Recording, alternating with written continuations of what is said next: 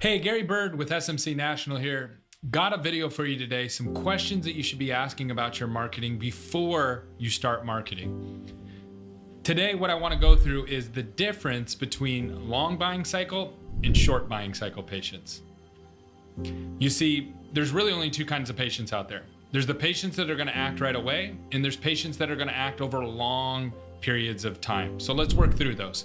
Your patients that are going to act right away, these are going to be your hygiene patients. These are going to be your emergency patients.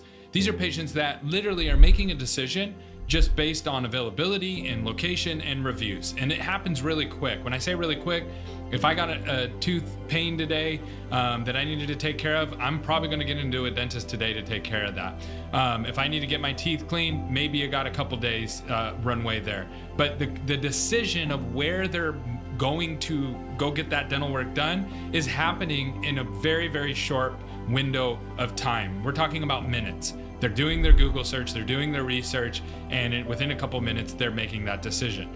That is a very particular kind of marketing that takes a very particular approach on very particular platforms. Okay, now let's look at the long form or the long buying cycle patients. These are patients that are going to make decisions over very, very long periods of time. These are going to be your larger implant cases. These are going to be Invisalign and any other specialty work that people are going to take a lot more time, and they're going to be much slower with the process of making that decision. These are people that you need to have a totally different approach for.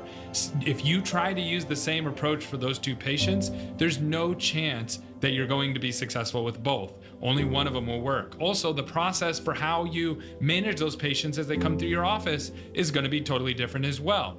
Getting a hygiene patient to come into your office is going to be different than having the follow-up system for somebody who's doing a $30,000 implant case. So again, before you start your marketing, you really need to identify, are these long buying cycle patients? Are they making decisions over months, even years in some cases? Or are these people making decisions over a couple minutes? That should help you get your marketing started off on the right foot.